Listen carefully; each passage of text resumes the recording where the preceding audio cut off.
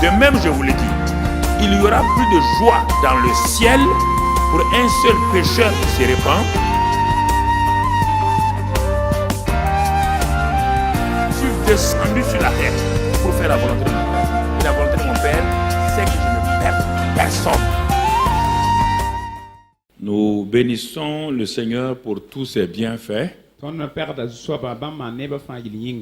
Parce que nous avançons pas à pas. Nous allons de l'avant par la grâce de Dieu.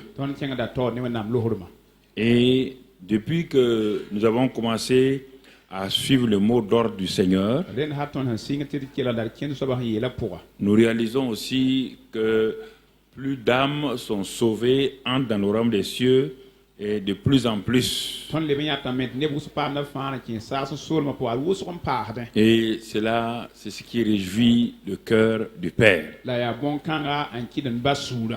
Et comme Dieu l'a dit, lorsque nous cherchons en premier lieu son royaume et sa justice, il nous donne toutes choses par-dessus. Et nous rendons grâce à Dieu pour ce que ce mot d'ordre-là est pris au sérieux par chacun d'entre nous. Et nous bénissons le Seigneur pour sa fidélité. Et c'est pourquoi ce matin, nous avons dit que depuis 2 semaines, nous sommes sur nos cœurs d'abord. Et nous avons dit et nous avons regardé que la qualité de ma vie chrétienne dépend en réalité de l'état de mon cœur. La qualité de ma vie chrétienne ne repose pas d'abord sur ce que je fais, mais sur ce que je suis. Et à cause de cela, ce que je suis là se résume seulement à mon cœur. C'est mon cœur que Dieu cherche. Quand Dieu arrive à contrôler mon cœur, le reste est facile pour lui et le reste devient facile pour moi-même.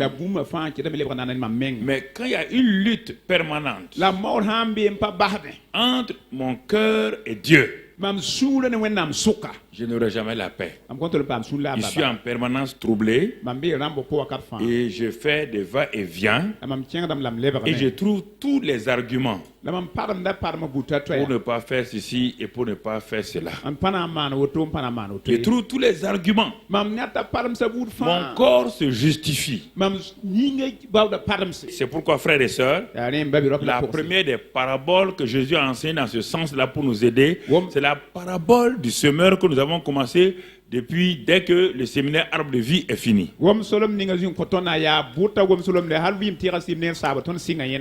nous avons dit que ça concerne tout le monde, les pasteurs, ça concerne tout le monde sans exception. Et quand Jésus était assis devant ses disciples, il a dit, mais si vous ne comprenez pas cette parabole-là, comment alors donc comprendre les autres paraboles? Et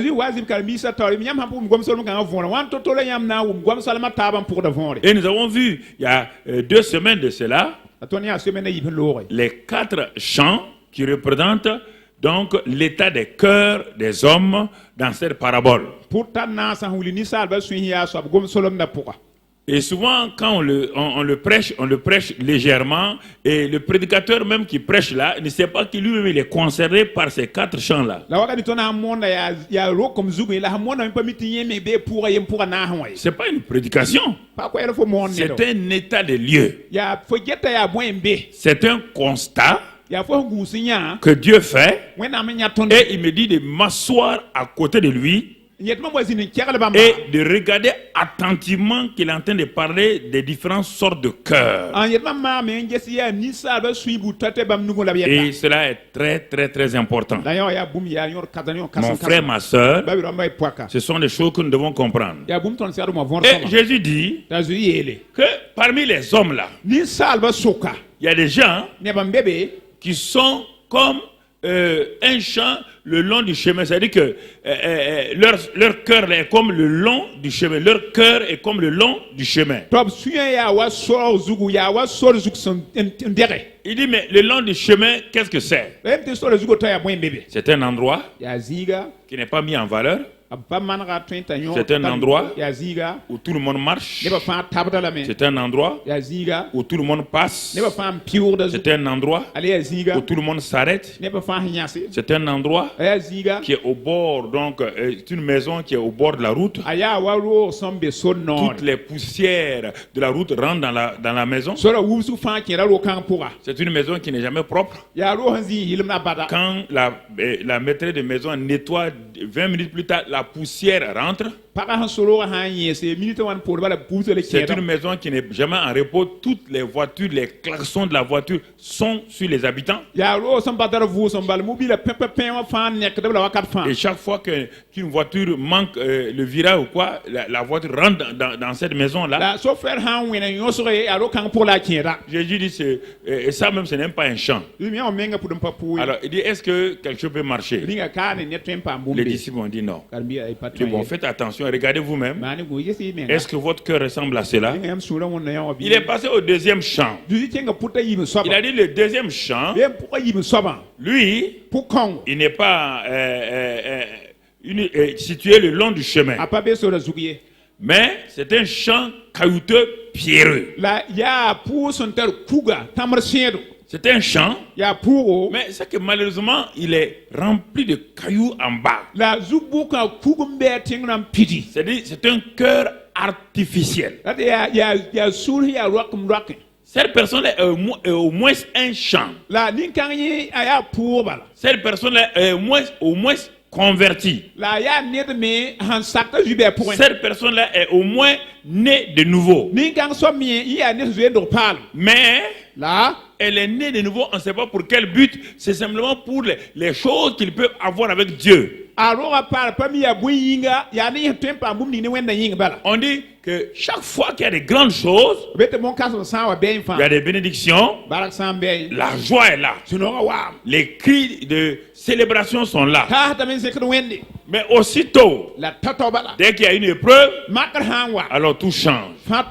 Ça, c'est le cœur qui est totalement charnel. Voilà. C'est le chrétien népios. On ne peut pas compter sur lui.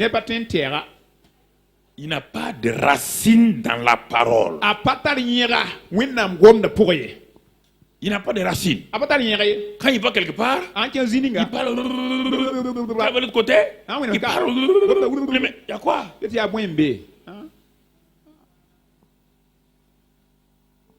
Quand tu lui donnes quelque chose, il est content. Quand il a la victoire, il est content. Quand il est exaucé, il vient à l'église. Mais pour un rien, il peut abandonner l'église 3 mois, 6 mois.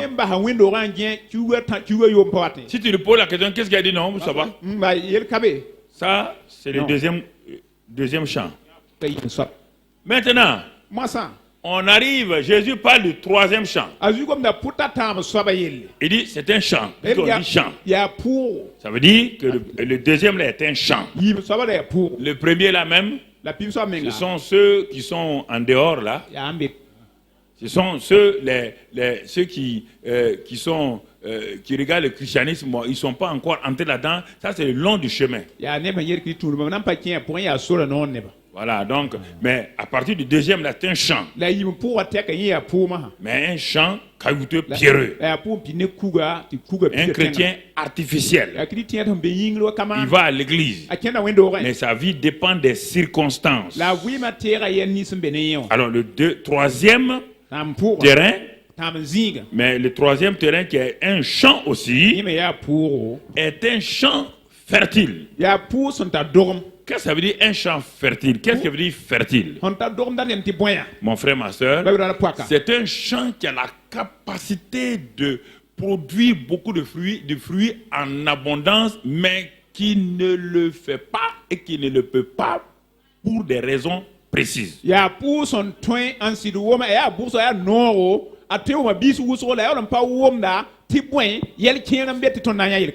C'est le chrétien qui a vu que en restant comme un chrétien artificiel ne va pas, il fait un effort et il passe donc dans ce deuxième groupe-là.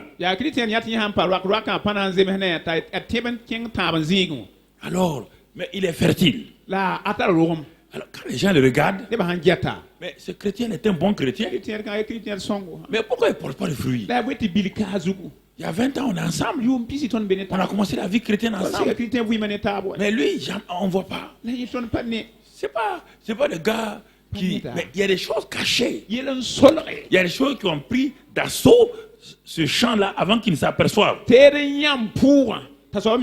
Et ce que nous allons voir ce matin. Et donc ce matin-là, on a vu ça la dernière fois, la qualité de ce champ fertile-là, mais infructueux. Un champ fertile infructueux. Et c'est ce que j'ai appelé très souvent que l'ennemi du meilleur, c'est le bon. Quand les gens sont dans les choses bonnes, pour les amener au meilleur, c'est difficile. Et le bon et le mal sont opposés. Le bien et le mal sont opposés. Un homme comme Saul de Tarse, il était dans l'opposé, donc le mal entièrement. Quand il a pris ce cœur entièrement donné au mal, il a fait une repentance. Repentance, ça veut dire quoi? Il a fait un demi-tour. Il a donné dos au mal. Il a livré son cœur entièrement au bien, c'est-à-dire au Seigneur. Voilà. Passer du mal au bien, c'est mieux que des chrétiens qui sont assez bons, qui ne commettent pas de gros péchés, qui se croient sanctifiés. Mais le but, c'est pas ça. Ils vont vous dire, sans la sanctification, nul ne verra le Seigneur. Mais avant de voir le Seigneur, où est ton fruit aujourd'hui? Ce sont des chrétiens sanctifiés, mais sans fruit. Leur vie ne porte pas de fruits. On ne peut rien récolter. Et ce champ a été ensemencé pour être récolté. C'est pas un champ de roses. Non. C'est un champ qui est ensemencé pour qu'on récolte du fruit. Et beaucoup de chrétiens, 90% des chrétiens calent à ce niveau-là. Pasteur, prophète, apôtre, calent à ce niveau-là. Il cale. 90% d'entre vous calez là-bas. Et vous tournez en rond. Vous tournez en rond. Vous tournez en rond. Tournez en rond. Pourtant, vous n'êtes pas loin du meilleur. Mais le pas là, pour livrer ce qui appartient à Dieu là, c'est un problème. Quelque chose a saisi votre cœur avant que vous ayez dit oui au Seigneur. Et c'est pourquoi ce matin, nous allons voir simplement comment transformer le sol fertile en bon sol. Comment transformer le sol fertile là? Il est fertile mais infructueux. Nous voulons le transformer en bon sol où un grain va donner 30, un autre grain va donner 60, un grain va donner 100. Voici mon frère, ma soeur. Et tu vas voir que qu'est-ce qui t'empêchait de progresser, de passer du sol fertile là au sol bon et fructueux. Quand on dit bon, il y a des fruits. Quand on dit fertile, il n'y a pas de fruits encore. ce sol est capable de porter des fruits. Il ne le porte pas. Si ton cœur est fertile, c'est pas ça qui nous intéresse. C'est pas ça qui intéresse le Seigneur. Où est le fruit? Où est le fruit? Il est dit à leurs fruits, on les reconnaîtra. À leurs fruits, on les reconnaîtra. Un point, c'est tout. Pas leurs actes, pas leurs faits. Nous voulons pratiquer ces trois éléments-là. Mais les pratiquer avec quel cœur?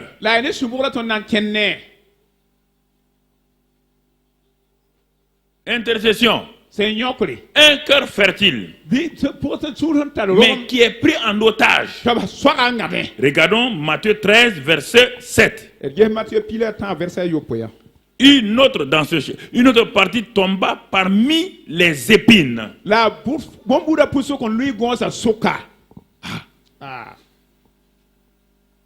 Regardez ces champs-là.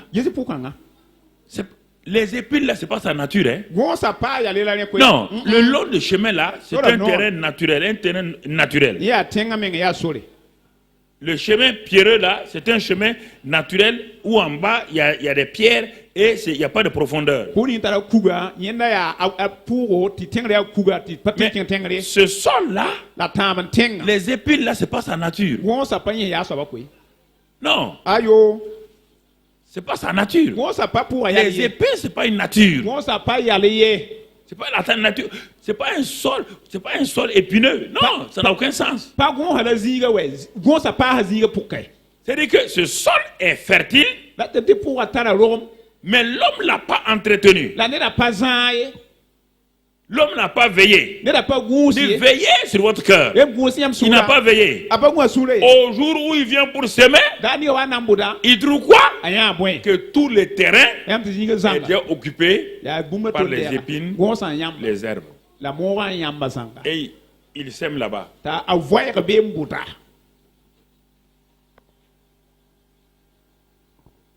Quelles sont ces épines-là? Verset 22. Jésus, quand il explique, il va prendre le verset 22 pour expliquer. Verset 22, toujours de Matthieu 13. Il explique là-bas. Et qu'est-ce qu'il dit, mon frère, ma soeur? Il dit, celui qui a reçu la semence parmi les épines. Il a reçu, donc, parmi les épines. Parmi les épines.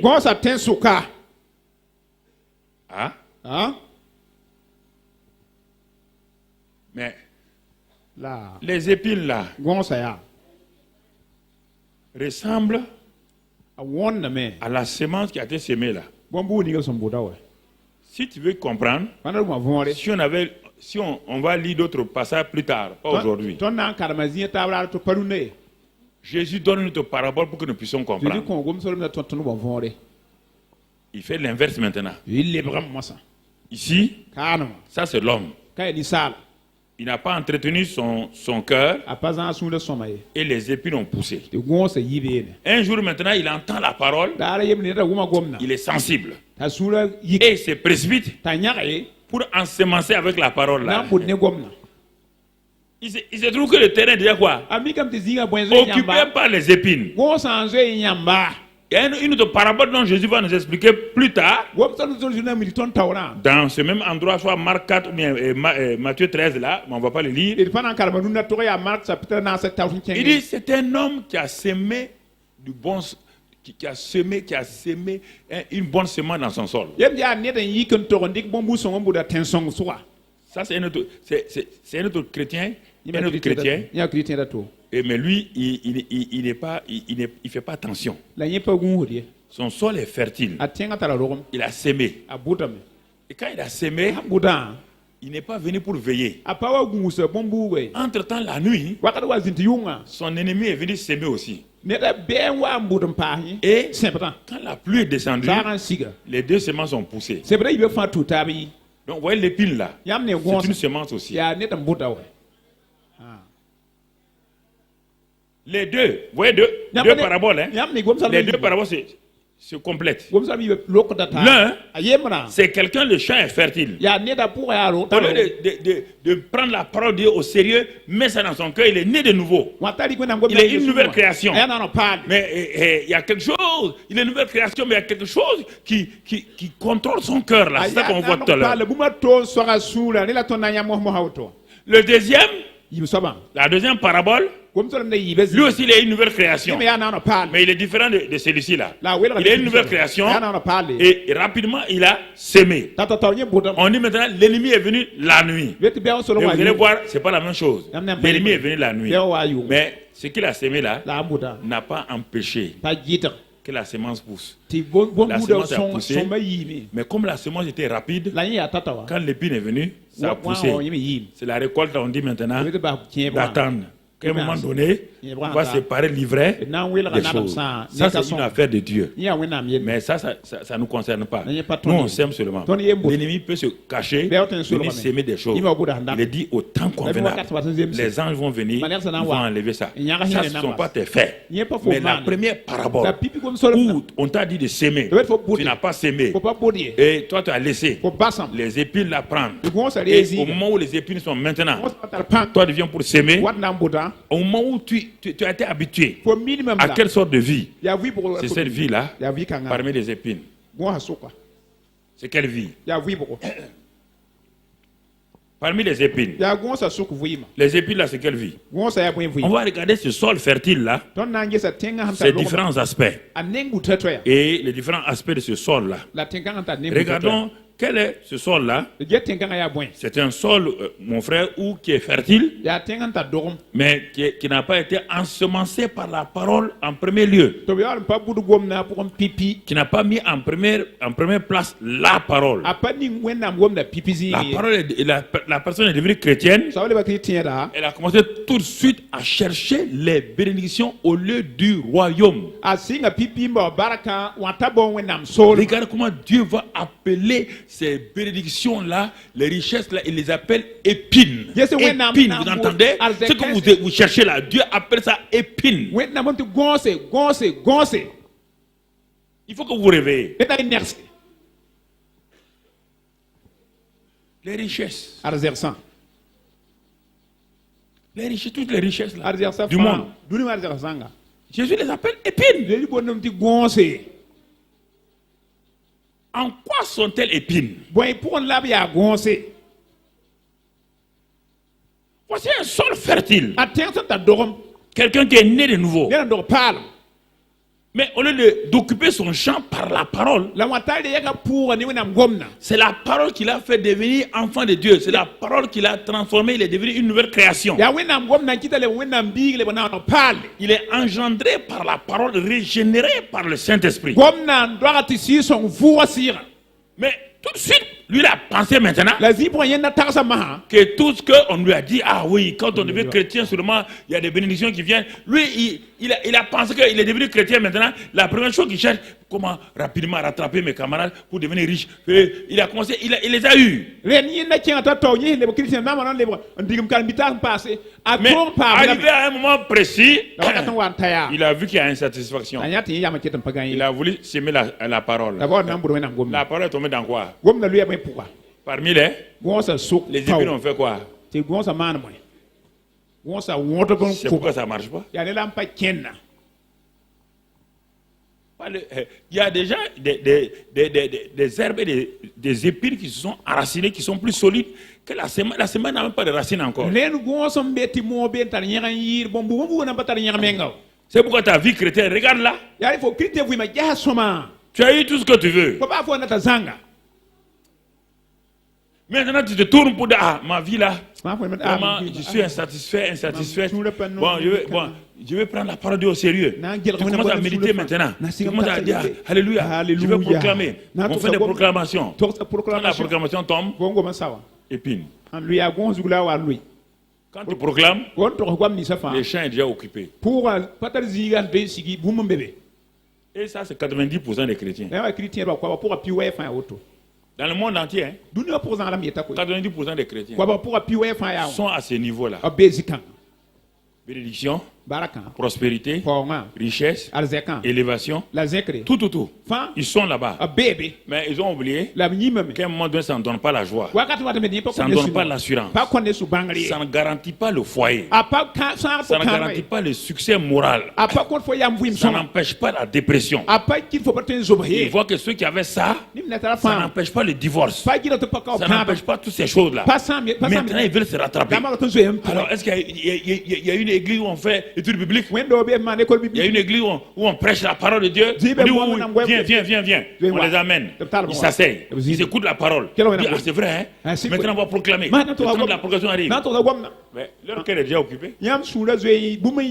Proclamer, ça veut dire quoi? Ils veulent s'aimer. Ils veulent s'aimer dans un champ qui est déjà occupé. Regarde ta vie. Tu veux s'aimer dans un champ qui est déjà occupé par quelqu'un d'autre, par ce qu'on appelle les épines.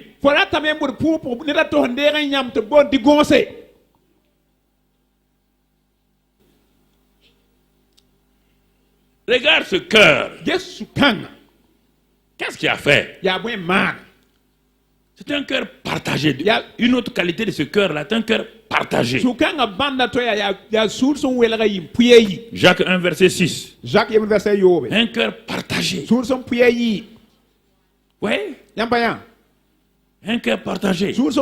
Entre quoi et quoi? Vois bien. Il y a la semence. Il y a les épines.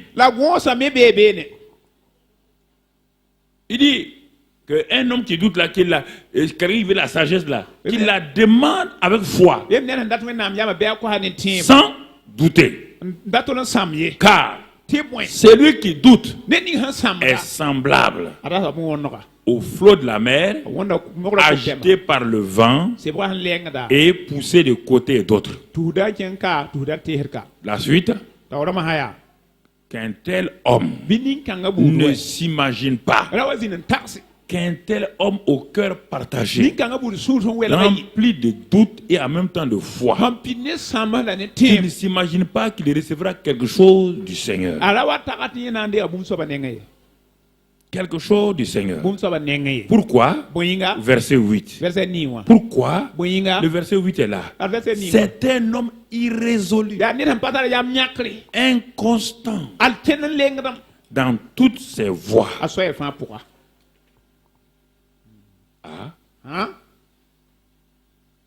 Mais il est chrétien.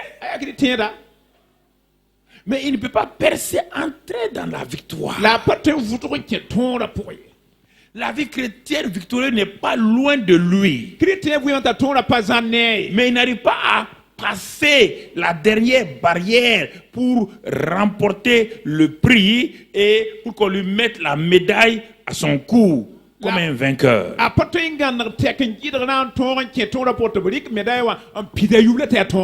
Non. C'est un cœur partagé. Un cœur irrésolu, inconstant. Il peut apporter du fruit. On dit il ne recevra pas. Qu'un tel homme, ça veut dire une telle femme, ne pense pas qu'il peut recevoir la foi là qui te garde dans la paix, dans la joie face à l'épreuve. Qu'il ne s'imagine même pas. Il ne faut même pas qu'il s'imagine qu'elle s'imagine. Non. Regardez, frères et sœurs. Regardez. Hébreux, tout juste avant Jacques, il y a Hébreux 6. Hébreux 6, regardons ce que autre tout ce sol fertile là, mais qui ne porte pas de fruits. C'est un bon chrétien. Peut-être il va dans toutes les réunions. Mais il a oublié que la parole est la chose importante. Regardez ce qu'on dit ici. Lorsqu'une terre est abreuvée par la pluie qui tombe souvent sur elle. Regardez un sol. Ce sol fertile là, il est fertile. Et la pluie tombe souvent sur elle. Vous voyez bien? Quand la pluie tombe, mon frère reste là-bas. Quand la pluie tombe, et la pluie est censée, abreuvée par la pluie qui tombe souvent sur elle. Regardez, et la suite maintenant. Et qu'elle produit une herbe utile à ceux pour qui elle est cultivée. Le sol là est fertile. On l'a ensemencé. La pluie tombe. Vous voyez bien maintenant, la pluie là c'est quoi? C'est la prière, l'adoration. La semence a été ensemencée. Le sol est bon. Et si elle produit, elle est utile. Revenons toujours. Et elle est cultivée, elle participe à quoi? Elle a la bénédiction de Dieu. Mais regardons le verset 8. Verset 8. Mais si ce sol qui produit, si elle produit des épines et des chardons, des ronces, elle est réprouvée et prête d'être maudite et on finit par y mettre le feu. Le danger de ce sol-là, il y a de l'espoir pour celui qui est le long du chemin. Je vous parle sérieusement. Vous êtes si près de la chose, en même temps loin. Le long du chemin, on ne met pas du feu. Le sol caillouteux là, on ne met pas du feu. Mais quel est le sol qui est le plus en danger? C'est le chrétien qui est devenu une nouvelle création, qui fait beaucoup de choses. Et la pluie descend, c'est la bénédiction de Dieu descend régulièrement sur sa vie. Qu'est-ce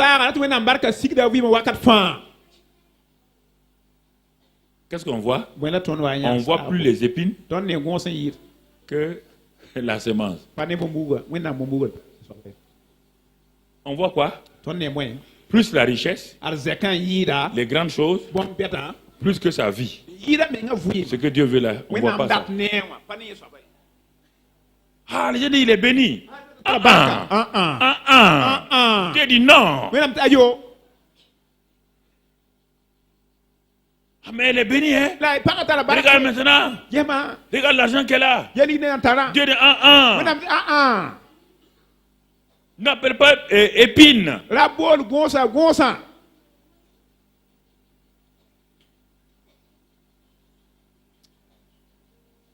Il dit, mais si ça continue comme ça, tu as vu les deux mots? Il dit, peut être maudite et on y met du feu. On ne met pas de feu au premier sol, ni au deuxième. C'est le sol qui est le plus près. C'est votre vie qui est plus près là, c'est ça qui est en danger. C'est ça qui vous flatte. Satan vous flatte. Non, regarde quand même, tu es bon, hein? Tu es venu pauvre ici. Regarde comment tu as tout ce que tu as maintenant. Tu as fait ceci ou cela. Regarde tout ce que tu as maintenant. Regarde tout ce que tu as maintenant. Et c'est ça qui vous flatte. Mais si ce n'était pas Dieu quand même un pauvre comme moi, comment il peut maintenant avoir cette place là? Si ce n'était pas la volonté de Dieu. C'est ça le problème. Les gens ne connaissent pas la volonté de Dieu. Si ce n'était pas la volonté de Dieu. Mais on te dit bénédiction. La pluie est tombée.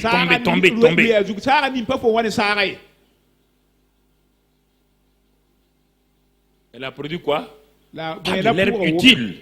Elle a produit des épines et des chardons. C'est ça qui trouve. C'est qui. Tu vois, quand les gens ne comprennent pas la parole, parce que les gens n'ont pas. Ils croient que épines, choses là, c'est des choses du diable. Non! Non! Ça ressemble à la semence.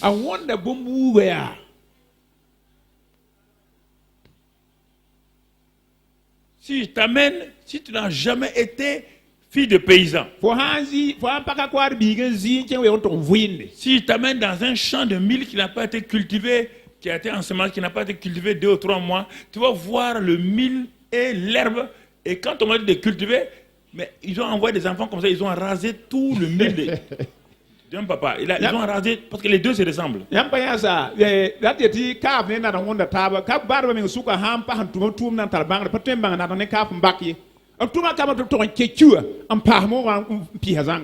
Et les deux sont dans le même champ. Dans le même cœur. Dans ton cœur, il y a la semence, il y a les épines. Et c'est ça qui t'empêche. C'est ça qui empêche. C'est pourquoi, quand, en tant que fille de paysan, arrivé à un moment donné, on s'en va. Qu'est-ce qu'on fait? On a enlevé toutes les herbes autour du mille. Là. Pour nous, ça n'a pas de sens. On était enfants, ça n'a pas de sens, mais le papa sait que si on n'enlève pas ça, l'herbe va monter rapidement, étouffée. L'amour de l'argent, c'est la racine de quoi? Donc, si l'épine là qu'on appelle l'amour de l'argent est là, ça va amener quoi? Ça va faire monter rapidement tous les mots. On dit tous les mots. Ne croyez pas que l'argent lui-même, non. L'argent lui-même n'est pas mauvais puisque l'argent appartient à Dieu. On dit l'amour. C'est ça qu'on appelle herbe, ce qu'on appelle épine.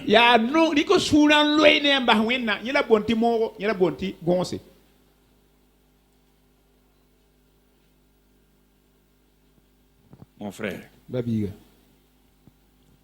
Le verset toujours 32 de Matthieu 13 là, Matthieu 13, 32. 23 du moins 23, il est dit, celui qui a reçu la semence parmi les épines, c'est celui qui entend la parole.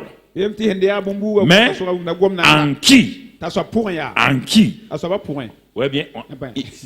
Il y a dit quoi en lui? On dit, est-ce qu'on a dit autour? Est-ce qu'on a dit au-dessus? Est-ce qu'on a dit avec? On dit en qui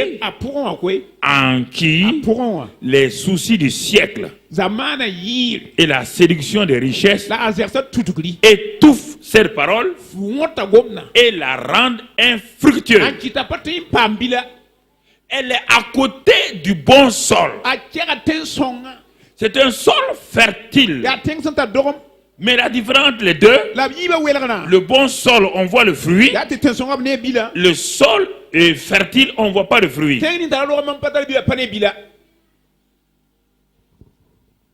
Il est infructueux. C'est le chrétien dont le cœur est infructueux. C'est pourquoi veiller sur son cœur est une chose très très très importante. Très très important. Et on a flatté un christianisme qui n'a ni tête ni queue aujourd'hui. On a flatté les gens pour accepter des... Mais je ne sais pas où les gens conduisent les gens.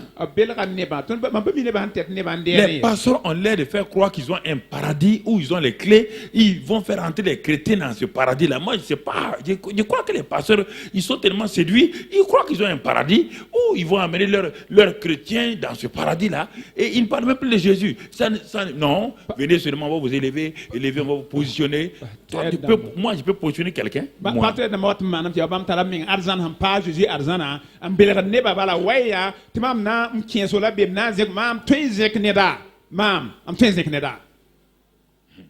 Oui, frère. Regardons. Alors maintenant, voilà le sol fertile là. Le sol est déjà occupé par des herbes et des épines. Le cœur est partagé, rempli de bien et de mal. Le doute et la foi se font bagarre. Mais c'est un sol en danger. Alors comment faire pour ce bon chrétien-là, mais ce chrétien fertile-là, pour le transformer en bon chrétien? Ce que nous avons appelé les gens bons chrétiens là. Mais écoutez, on dit voici un bon chrétien. Voici, il a eu un accident. Mais ce bon chrétien-là, il y a 15 ans, 15 ans, il a commencé à dire, moi je finirai ma vie par un accident un jour. Et il a dit ça, il a sémé la sémence. Et il continue à dire ça. 15 ans plus tard, il récolte quoi? Il récolte la mort par accident. Tout le monde ouvre sa grande bouche pour dire un bon chrétien. Qui t'a dit que t'es un bon chrétien? Le gars s'est tué il y a 15 ans.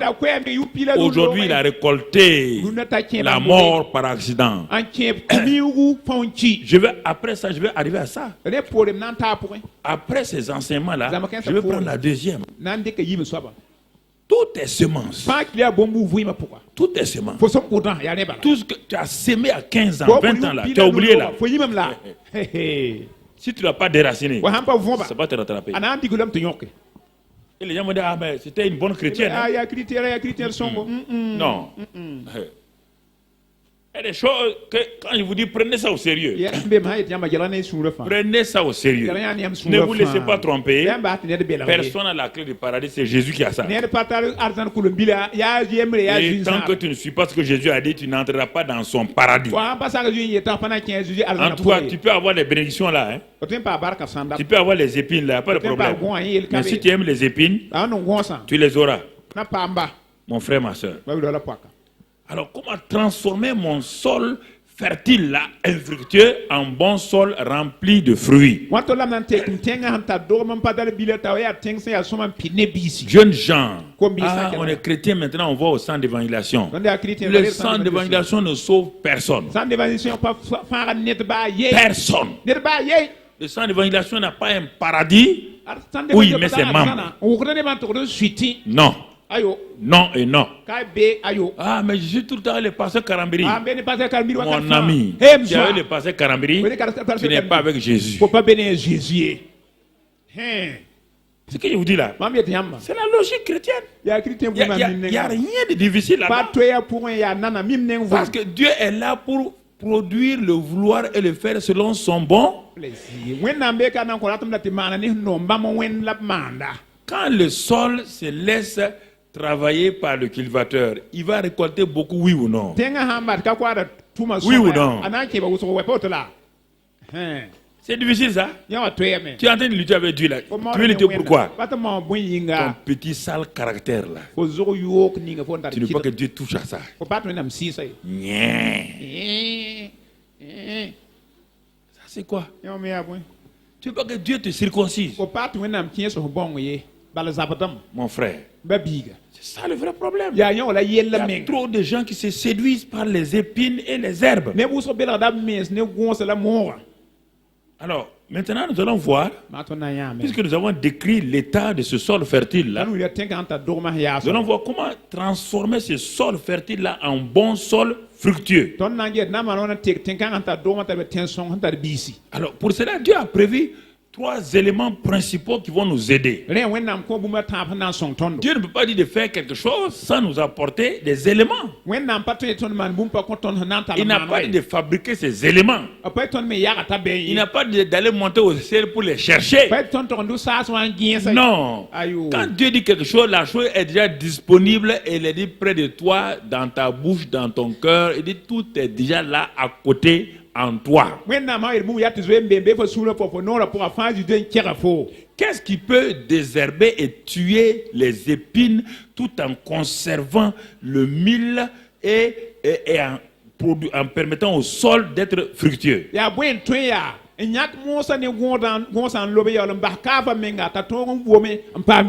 Ce sont ces 3 éléments-là qu'on connaît déjà, mais souvent que les gens, quand on le dit sous plusieurs formes, les gens ne veulent pas. Leur force, ces 3 éléments-là ont une force extraordinaire. Premièrement, quand ces choses-là sont là, les épines-là, les herbes-là, vont commencer à disparaître. Et en même temps que ça détruit, c'est-à-dire ça enlève, ça ramène les épines là à leur taille, à leur position normale. Tu vois, dans tout champ, il n'y aura pas un champ à 100% sans épines. Mais elles ne vont pas étouffer le mil. Dans toute vie chrétienne, il n'y a pas une vie chrétienne sans richesse, sans bénédiction. Mais il ne doit pas prendre la première place. Donc ces trois choses-là vont aider à équilibrer ta vie, à faire remonter la semence pour que tu produis du fruit. Donc ce sont des éléments qui purifient, mais en même temps qui aide la semence à grandir, à croître. Regardons ces trois choses-là rapidement. Et tu vas voir qu'elles sont en toi et avec toi, mais comme tu ne prêtes pas attention, tu ne vois pas. 1 Corinthiens 13, 13. Écoute, ne dis pas que tu les connais. Si tu les connaissais il y a longtemps, mon frère, maintenant donc, ces trois choses demeurent. Restons là. Ces trois choses demeurent. C'est-à-dire, elles ne passent jamais. Elles sont éternelles.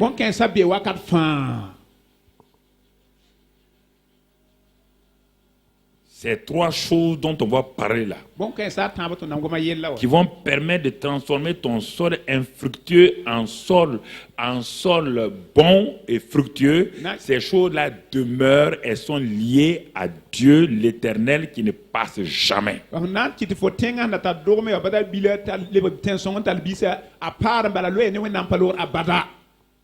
Et comme Dieu est en toi, ces choses sont en toi et t'attendent il y a longtemps pour équilibrer ta vie, mais tu n'as pas. C'est-à-dire que le problème, tu es comme un enfant qui veut des choses, qui veut des sucreries, et maintenant, on t'emmène chez le dentiste.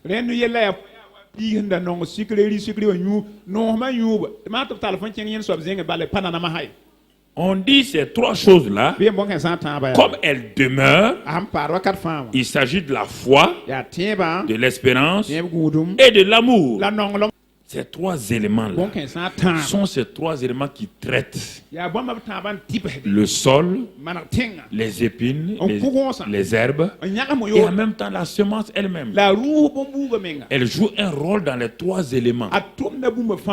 Et ça permet, mon frère, ma soeur, de garantir la croissance de ta vie spirituelle et que ta vie porte du fruit à la gloire du Seigneur. Et alors, tu vois, j'ai noté quelques éléments. Donc, on va voir la première chose qu'on appelle la loi de l'amour. Voilà.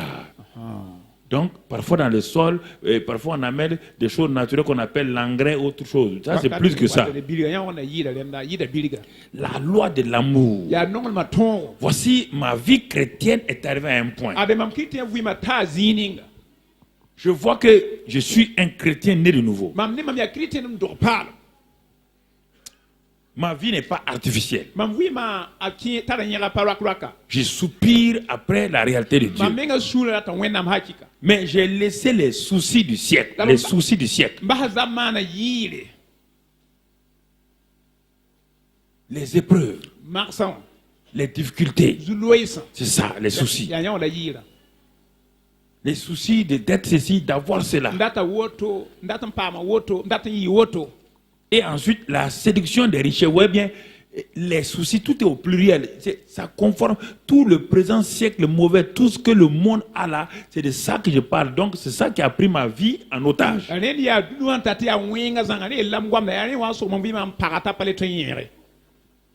Et ma vie ne porte pas de fruits. Et je m'en suis rendu compte moi-même.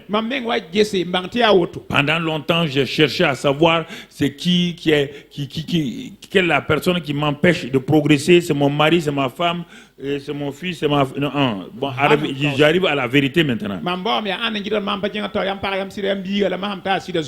J'arrive à la vérité. Je me suis assis, je me suis regardé dans le miroir. Et le miroir, on l'a déjà vu dès le premier cours sur ça, les trois champs là, les quatre champs. Il dit c'est la loi de la liberté. C'est la loi parfaite. Je me suis regardé dans le miroir et j'ai vu mon vrai visage, l'état de mon vrai visage spirituel. Vous savez, quand on a des problèmes, on trouve des choses pour mettre sur les uns les autres. Un homme susceptible va dire, c'est parce que lui il fait comme ça, comme ça. Ben, la personne est déjà susceptible. Même si tu lui dis bonjour, il dit, ben, il me dit bonjour là, c'est parce que. La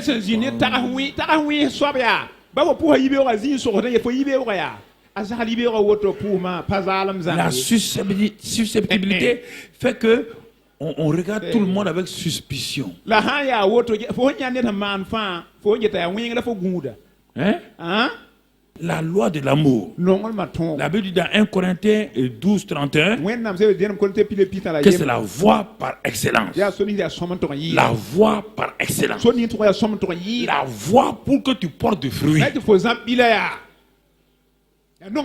L'amour lui-même, tu vois, ce qui est mystérieux avec Dieu, l'amour lui-même, il est un fruit, c'est une nature, il est tout en même temps. Dieu est amour, ça c'est la nature. L'amour est un fruit de l'esprit. Donc l'amour est une nature et en même temps porte du fruit et est un fruit. Alors tu vois, et la parole de Dieu. La parole était avec Dieu et la parole était. Qu'est-ce qui peut aider la parole à aller rapidement si ce n'est pas l'amour?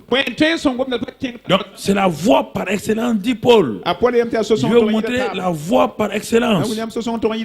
Et dans 1 Corinthiens 13, maintenant verset 8, il te dit, l'amour ne périt jamais. Ne périt jamais. Ces trois choses-là demeurent. Elles demeurent. Et ensuite, on te dit que l'amour-là ne périt jamais. Ne périt jamais. Ne faillit pas. N'échoue pas. L'amour n'échoue pas. L'amour. Tu ne connais pas cet amour. Vous avez été habitué à ce faux mot en français, amour, amour. On ne parle pas de l'amour sentimental. L'amour sentimental, il n'y a rien de plus dangereux que cet amour. Il est blessé. Il se rétracte. Il est rejeté. Quand on parle d'amour dans la Bible, malheureusement en français, c'est le seul mot qu'on dit, l'amour. J'aime les mangues, j'aime Dieu, j'aime une femme. C'est le même mot. Comment on peut aimer Dieu, aimer des mangues, aimer une femme? Les autres langues, ils ont choisi. Quand c'est Dieu, il dit j'aime Dieu. J'agapao Dieu. Quand c'est entre frères et sœurs, je philéo mon frère. Si c'est une femme, ils utilisent notre mot. Parce que le mot est tellement important qu'ils ne veulent pas le mettre à toutes les sauces. On te parle d'un amour ici, on te parle de l'amour agapao. Et si toi tu dis que ton amour a baissé, ça ne va pas. On dit l'amour n'échoue pas. L'amour ne baisse pas d'intensité. L'amour ne faillit pas. L'amour ne fait pas du mal. Romains 13. L'amour ne fait pas du mal. L'amour couvre toutes les fautes, tous les péchés. Alors comment cet amour peut être là et tu ne portes pas de fruits? Et tu ne portes pas de fruits. Regarde. Cet amour pourtant est en toi. Parce que cet amour a été répandu dans ton cœur par qui? Et le Saint-Esprit est où? Il est en toi pour veiller à l'application de cet amour. Il est en toi. Tu ne fais pas attention. Et tu veux porter du fruit. Tu cherches l'amour où? On dit on va le gêner. Le jeûne va amener l'amour. Hein? Pourquoi vous laissez tromper par les gens? L'amour est répandu dans vos cœurs, Romains 5:5, par le Saint-Esprit qui nous a été donné. Il est venu effectivement pour permettre à la parole sémence de pousser correctement et de porter du fruit.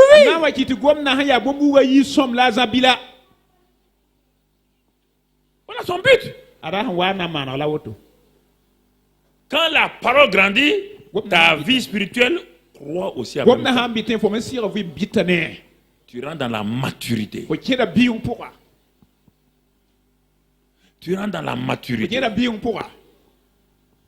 Mais si l'amour ne grandit pas, la parole reste rabougrie. La semence est rabougrie. Et ça ne porte pas de fruits. Frères et sœurs, il faut que vous arrêtez, il faut que vous commencez à vous prendre au sérieux. L'amour, regarde-le. Regarde-le.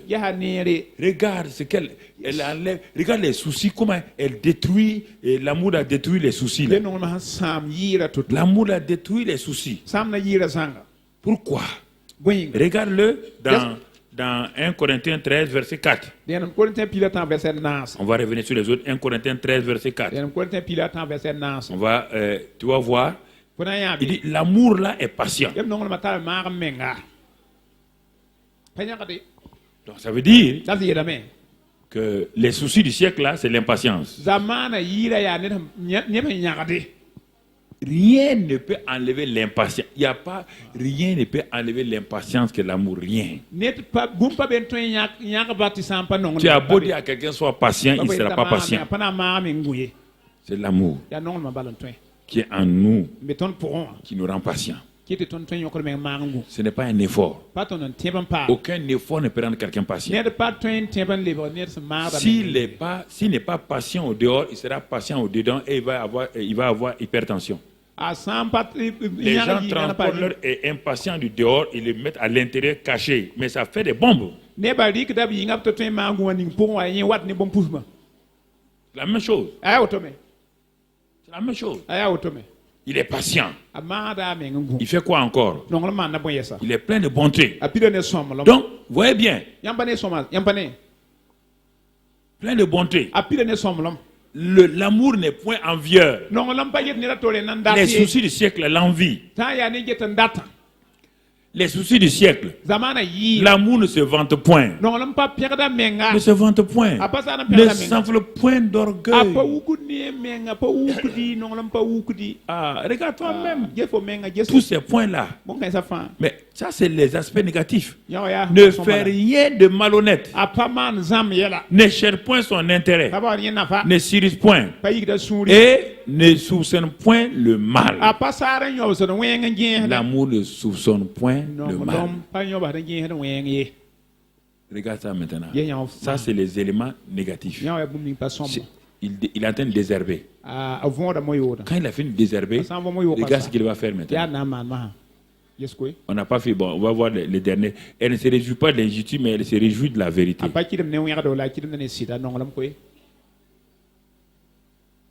Alors, quand les herbes là sont détruites, désherbées, le même amour revient. La suite. Voilà. Ça, c'est le positif maintenant.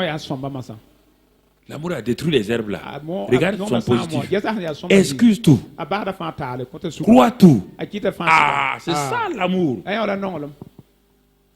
Espère tout.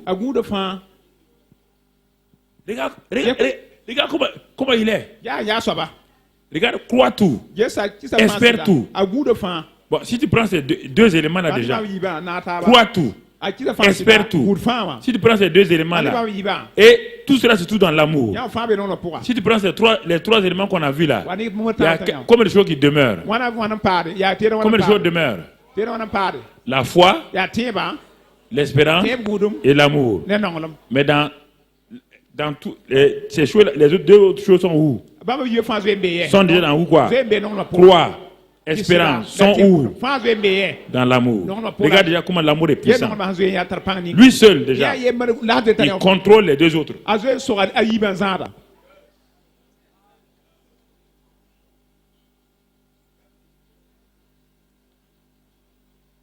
Regardons frère. Il n'y a aucun argument. Mais quand tu dis ça là, tu vas vouloir te fâcher contre Dieu. Tu as envie de passer vite. Remets ça, les parties positives là. Excuse tout. Crois tout.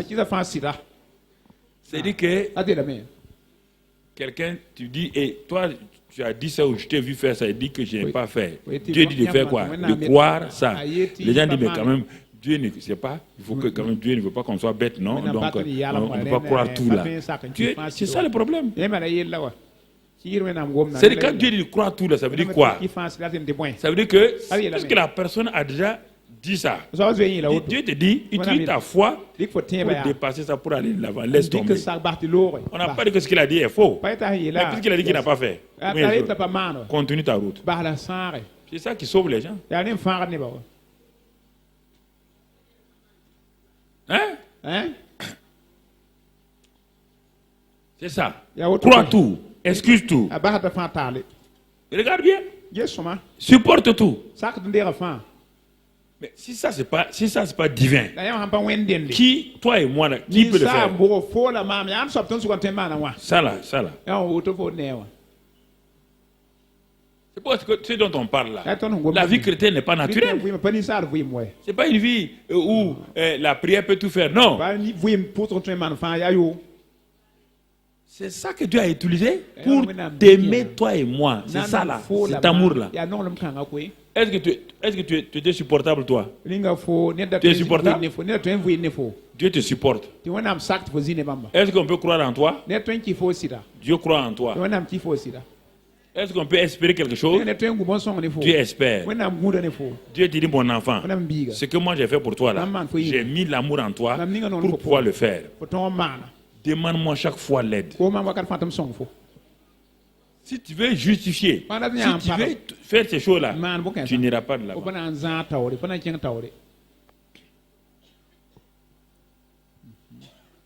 Et c'est pourquoi l'église a des problèmes. Ça, c'est trop pour les gens. C'est pourquoi les gens ont inventé le terme trop, c'est trop. Le terme là, trop, c'est trop là. Ça vient du fait qu'il ne croit pas ça là. Il ne peut pas croire. Dieu dit d'accepter ça comme un fait. Dieu n'a pas dit c'est automatique. Dieu n'a pas dit Dieu n'a pas dit maintenant si on te fait quelque chose, Dieu n'a pas dit que tu ne sens pas. Non, c'est pas tu sens qu'on te dit de supporter.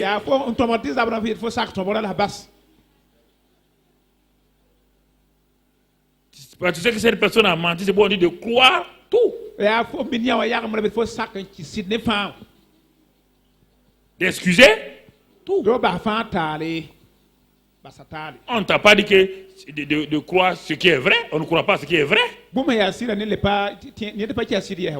La vérité que tu crois, tu ne crois pas, ça ne la change pas. C'est parce que l'homme est imparfait qu'on dit de croire. D'excuser.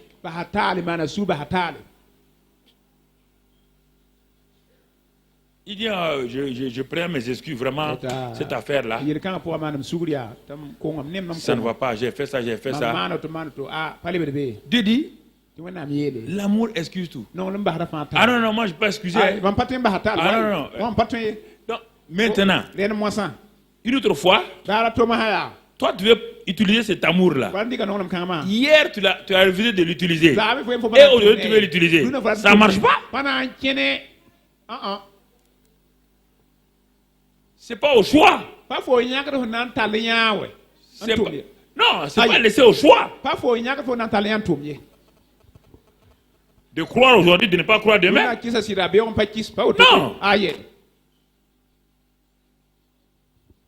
Regarde bien. Quand les chrétiens arrivent là, ils n'aiment pas lire ça là, ils passent vite. Je sais que vous n'aimez pas lire 1 Corinthiens 13. Vous n'aimez pas ça? Regardez bien la suite. L'amour ne périt jamais. Voilà. Il a conclu, l'amour ne périt jamais. Ce que toi tu cherches là, regarde, ce que tu cherches là, les prophéties, non, donne la suite, ils aiment ça là. Ce qu'ils aiment là, donne ça. Les prophéties feront quoi? Les langues, la connaissance même. Mais qu'est-ce qui ne disparaît pas?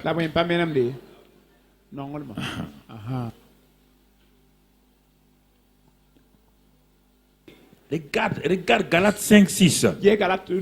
Galates 5, 6. Galates 5, 6. Qu'est-ce que la Bible nous dit? Toujours sur l'amour. Qu'est-ce que Galates 5, 6? Il est écrit là-bas, car en Jésus-Christ, ni la circoncision ni l'institution n'a de valeur. Mais la foi qui est agissante par l'amour. Qu'est-ce qui fait agir la foi? Qu'est-ce qui fait travailler la foi? L'amour. Ah oui, moi je vais choisir la foi. Non. Tu ne peux pas choisir la foi et laisser l'amour. Galates 5, 6. La foi est agissante par l'amour. L'activateur de la foi, c'est l'amour. L'amour. Jean 13, verset 34. Jean 13, 34. Je vous donne un commandement nouveau. Aimez-vous les uns les autres. Comme je vous ai aimé. Vous aussi. Aimez-vous les uns les autres. Car à ceci, tous connaîtront que vous êtes mes disciples si vous avez de l'amour les uns pour les autres. Voyez, l'église doit porter des fruits. Là où il n'y a pas d'amour, il y a l'amour, il y a le fruit individuel, il y a le fruit de la communauté, il y a le fruit familial. Là où l'amour n'est pas dans une famille, on ne récolte pas le fruit. Là où l'amour l'a dit, à l'amour que vous avez les uns pour les autres, on reconnaîtra que vous êtes mes disciples. Pas on reconnaîtra, le monde reconnaîtra. C'est vous qui vous dites disciples, mais le monde ne l'a pas encore reconnu.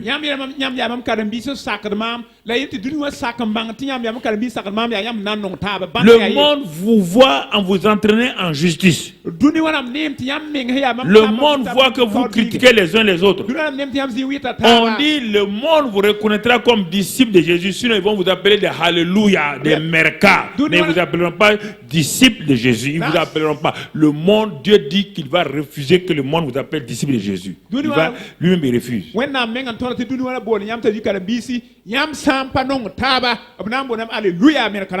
On peut vous appeler tous les noms, sauf disciples de Jésus.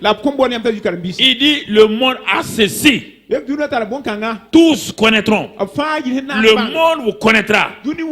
Quand vous serez dans un service, en train de parler bien de votre frère, de votre soeur. Quand vous serez au marché, en train de parler bien de votre frère, de votre soeur. Quand vous serez dans vos maisons, assis, en train de parler bien, et là, je dis, je permettais en ce moment au monde là de vous reconnaître comme disciples. Sinon on va vous appeler Alléluia, on vous appeler Merka, mais jamais disciples de Jésus. Le monde refuse, Dieu même refuse qu'on vous appelle disciples de Jésus. C'est Dieu même qui dit qu'il refuse. Vous avez entendu? Ah, nous on est chrétiens. Dieu dit, vous êtes chrétien, peut-être, mais pas disciple de Jésus. Ce que tu viens de faire là, un disciple de Jésus ne fait pas. Un disciple, il dit que, mais, la Bible dit que tu crois que je te ressemble. Tu as déjà lu ça, non? Tu t'assois, tu parles mal de ton frère. Tu as déjà lu ça, non? C'est pas dans la Bible. Vous êtes silencieux là. Si, tu crois que je ne te vois pas? Toi tu t'assois, tu parles mal de ton frère. Tu juges ton frère. Et dis-moi, moi je te vois. C'est que dans la Bible, non? Vous n'avez pas lu ça là. Pourquoi vous êtes silencieux? Pas de vous asseoir, parler mal de vos frères et de vos soeurs. Vous sortez là, le Saint-Esprit, c'est-à-dire qu'il ne vous regarde même plus. Et vous voulez du travail, vous voulez la promotion, vous voulez ceci ou cela.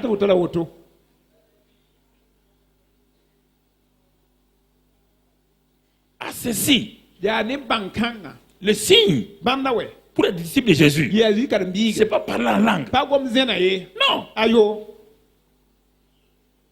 À ceci, le monde saura, tous connaîtront. Quand vous allez vous asseoir quelque part, les gens du monde parlent mal d'un frère, vous parlez du bien. Vos voisins parlent mal d'une sœur, vous parlez du bien. On dit, ah bon? Vous ne vous critiquez plus?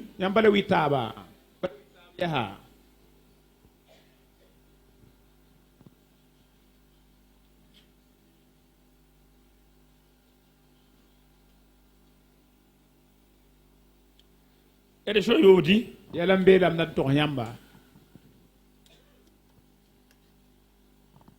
Tout le temps, ils veulent dire, on veut dire quelle vérité. On dit la vérité libère les gens.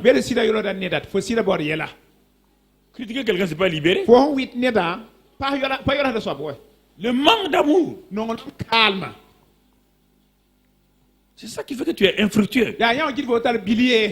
Infructueux. Infructueux. Regarde encore. 1 Jean 3. Qu'est-ce que l'amour a produit? C'est ça, tout ça qui empêche que 1 Jean 3, 14. C'est ça. Nous savons que nous sommes passés de la mort à la vie parce que nous aimons les frères. C'est pas j'aime les frères que je sais que parce que ceux qui sont dans la mort n'aiment pas les frères. Leurs frères.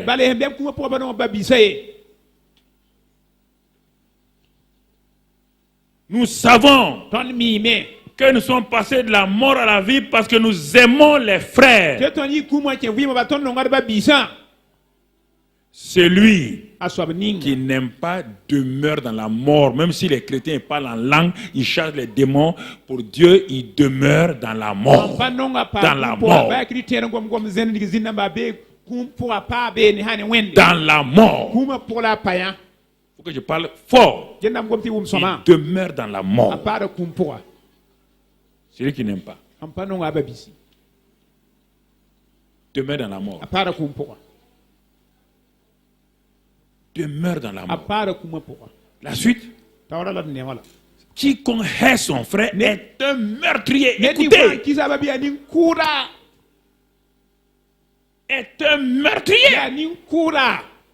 Et vous savez qu'aucun meurtrier n'a la vie éternelle. La vie éternelle, c'est le fruit final.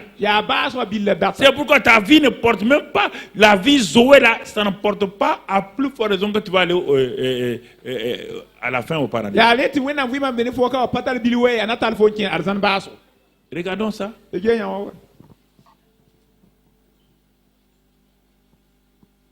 C'est lui qui hait. Il hait. Mon frère, ma soeur. Nous avons connu l'amour en ce que Jésus a donné sa vie pour nous. Nous avons connu l'amour de quelle manière? Jésus, toi méchant, moi méchant. Jésus a donné sa vie pour moi.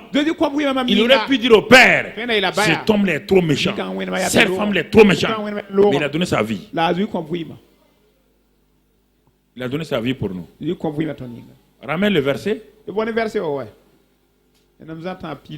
Nous aussi, nous devons donner notre vie pour les frères. Ça veut dire notre vie là. On n'a pas de mourir pour eux. Notre vie là, c'est quoi? Regarde simplement ce qui te demande ta vie là. La suite.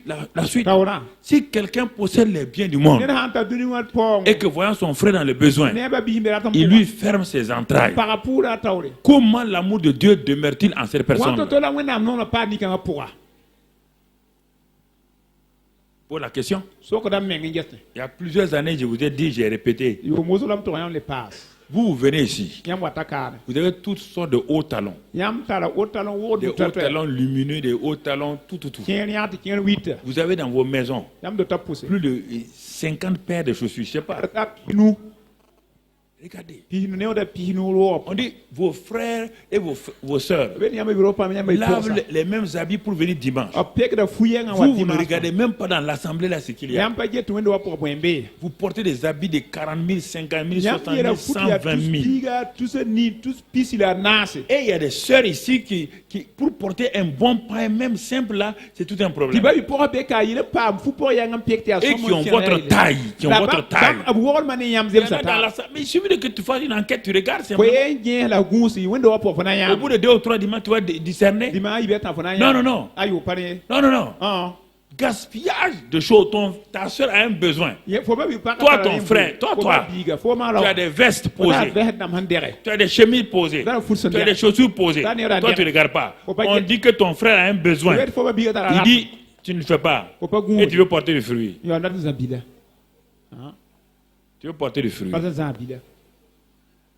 Porter du fruit. Regarde les termes clairs. Les termes sont là, devant nous. Parfois, on a des difficultés nous-mêmes. 1 Timothée 6, verset 10. 1 Timothée 10, verset 6, verset 10. Car l'amour de l'argent est une racine de tous les maux. Et quelques-uns, en étant possédés, se sont égarés loin de la foi et se sont jetés eux-mêmes dans bien des tourments. C'est ça, l'amour de l'argent. Ouais, bien. À quoi ils sont jetés dans des tourments? Alors, vous voyez, frères et sœurs, ce sont les 3 éléments qui demeurent là. On dit l'amour est le plus grand.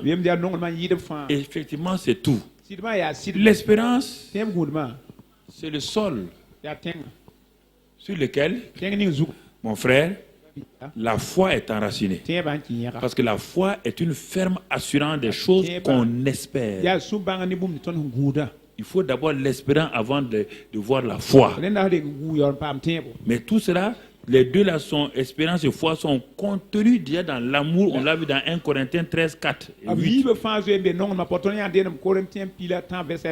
Donc, tu vois mon frère, donc l'espérance là, c'est une chose importante. Sans espérance, il n'y a pas de persévérance. Un homme qui n'espère pas ne peut pas persévérer. L'espérance te permet de tenir quand la chose que tu veux aujourd'hui ne se passe pas. L'espérance continue de donner à ton cœur d'attendre la récolte qui n'est pas encore là. Tu espères la récolte. Et l'espérance est là pour ça. Tu attends la récolte. Elle n'est pas encore là. La puissance de l'espérance, elle te permet d'attendre ces choses-là avec fermeté. Et quand l'espérance est là, alors la foi va se présenter. La foi va faire quoi? L'espérance attend la récolte, mais la foi a construit le grenier pour mettre la récolte là-dedans. La foi, elle agit en faisant quoi? Elle dit à l'espérance, oh, l'amour a travaillé. L'amour nous a aidé à désherber. L'amour a aidé la croissance. L'amour a désherber tout, enlever les mauvaises choses. C'est pourquoi l'espérance dit, j'attends la récolte. J'attends la récolte. J'attends la récolte. La foi lève la main. Et comme tu attends la récolte, moi je construis déjà le grenier. Je construis le grenier. Je construis le grenier. Vous voyez bien, la foi construit les greniers. La foi conduit, la foi agit. Pourquoi? Par l'espérance lui dit, moi j'attends. La foi dit, moi j'agis. Pourquoi? L'amour a déjà contrôlé l'espérance et donc l'espérance et la foi. Il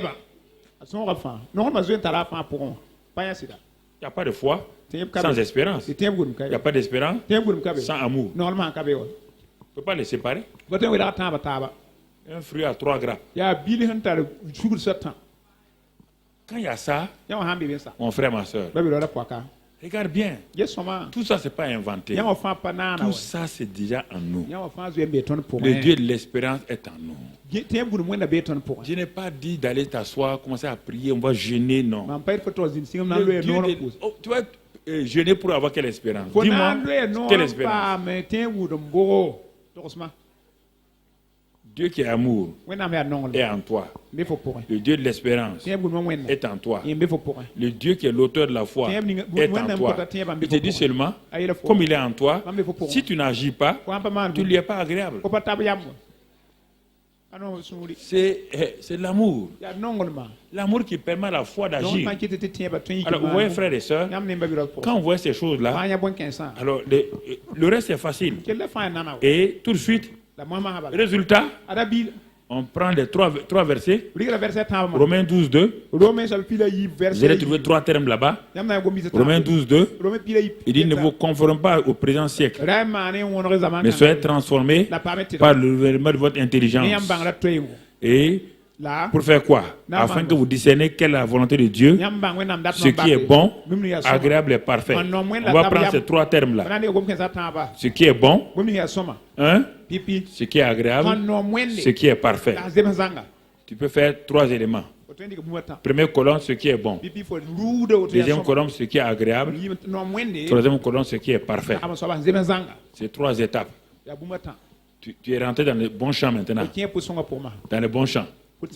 Tu comprends? Dans le bon champ, tu commences par ce qui est bon. Ensuite, tu vois ce qui est agréable. Après, tu termines par quoi? Ce qui est parfait. Ce qui est bon là, ça correspond à quoi? Petits enfants. Ce qui est agréable là, correspond à quoi? Jeunes gens. Ce qui est parfait là, correspond à quoi? Au père. Ce qui est bon là et qui est lié aux petits enfants correspond à quelle récolte? Un grand porte 30. Ce qui est quoi? Maintenant, ce qui est agréable, il y a les jeunes gens. Un grand porte 60. Ce qui est parfait, les pères. Un grand porte 100. Ça, c'est le bon champ. Dans ce bon champ là, il y a des petits enfants, il y a des jeunes gens, il y a des papas ensemble. Ils dansent ensemble. C'est une famille de bons chants. Les enfants ne sont pas parfaits, hein? Mais ils donnent du fruit. Les jeunes gens là, ils ne sont pas parfaits. Non, mais ils portent du fruit. Les papas ne sont pas parfaits. Ils portent du fruit. Ça, c'est le bon sol. On n'a pas dit qu'ils sont parfaits. Mais ils ont fait quoi? Ils ont cru à l'amour, à l'espérance, la foi. Et ils ont dit, nous voulons être renouvelés. Nous voulons discerner quelle est la volonté de Dieu. Oh, Dieu veut que je porte du fruit. Quels sont les fruits? Bon, les bonbons. Ça, c'est pour les petits enfants. Les gens aiment les bonbons. Ce qui est agréable là, c'est agréable à qui? Maintenant, pas à eux. Ils commencent à voir les choses qui sont agréables à papa. Maintenant, les pères, et c'est pas ni bon, ni agréable. Et c'est eux-mêmes, ils veulent la perfection. Et c'est pourquoi, en tant que père là, j'aspire à la perfection. Je vais vous entraîner dans la perfection. Vous comprenez? C'est pourquoi je vous entraîne. Et je sais que dans ce bon sol là, il y a des petits enfants. Quand Moïse quittait là, Dieu a dit de tenir compte de ça. Dans le groupe de Moïse là, qui était là, quand Moïse voulait aller vite, il dit non. Dieu dit non. Il y a de tenir quoi? Il y a des enfants et les troupeaux, les petits troupeaux. Oui ou non? Ce pas des enfants là qui sont entrés dans la terre promise. Vous allez entrer dans votre terre promise. Quand le terrain sera nettoyé, j'ai dit que vous allez entrer dans votre terre promise. Ce que vous voulez manger, boire là, c'est pour vous au nom de Christ Jésus. Le lait et le miel sont pour vous. La victoire est pour vous au nom de Christ Jésus. J'ai dit que ce que vous cherchez là, c'est dans votre terre promise au nom de Christ Jésus. Je vous entraîne là-bas au nom de Christ Jésus. Je vous amène là-bas au nom de Christ Jésus. Et vous n'allez jamais regretter d'avoir suivi ces enseignements. Vous porterez du fruit à la gloire du Seigneur. Votre vie sera fructueuse. Votre vie sera remplie d'abondance. La paix, la victoire sur les Anak sera une réalité. Partout où vous allez aller, vous allez voir la puissance de Dieu. La gloire de Dieu sera sur votre vie. Vos familles seront bénies et prospères. Partout où vous allez partir, la prospérité vous accompagne. La prospérité dans votre travail, dans votre famille, dans vos études, dans vos affaires.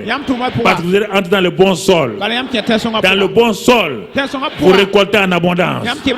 La pluie vient en abondance. La récolte vient en abondance. Dans le bon sol, vous vivez dans la victoire, dans la paix, dans l'harmonie, dans l'amour, dans la santé. Dans le bon sol, la pauvreté s'éloigne. La maladie s'éloigne. La malédiction s'éloigne.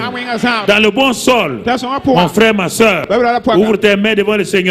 Dis avec moi, Seigneur, j'ai quitté le long du chemin. Ça m'a trop fatigué. Et j'ai été sauvé. Mais je ne comprenais pas. Je suis resté sur le chemin caillouteux. Dans le champ caillouteux. J'ai reçu quelques résultats.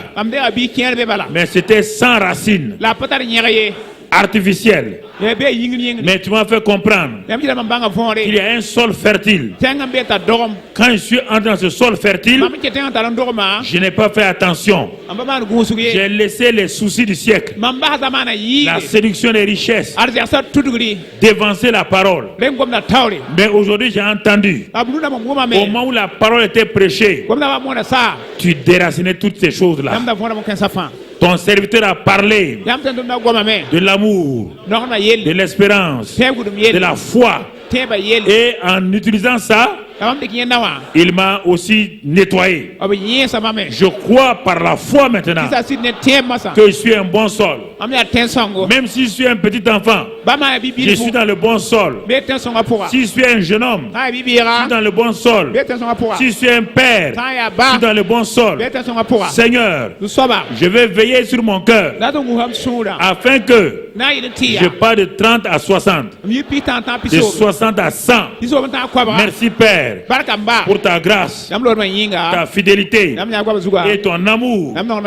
Merci. Au nom de Christ Jésus. Amen. Acclame le Seigneur.